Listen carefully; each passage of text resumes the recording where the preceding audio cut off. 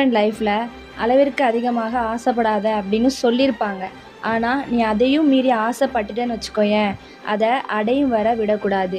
சிம்பிளாக ஒரு எக்ஸாம்பிள் சொல்லணும் அப்படின்னா, பறவை பறக்க ஆசைப்பட்டுட்டு அப்படின்னா அதோட 2 ரெக்கையும் எவ்வளோத்துக்கு முயற்சி செய்தோ அவ்வளோத்துக்கு அது உயரமாக பறக்கும்.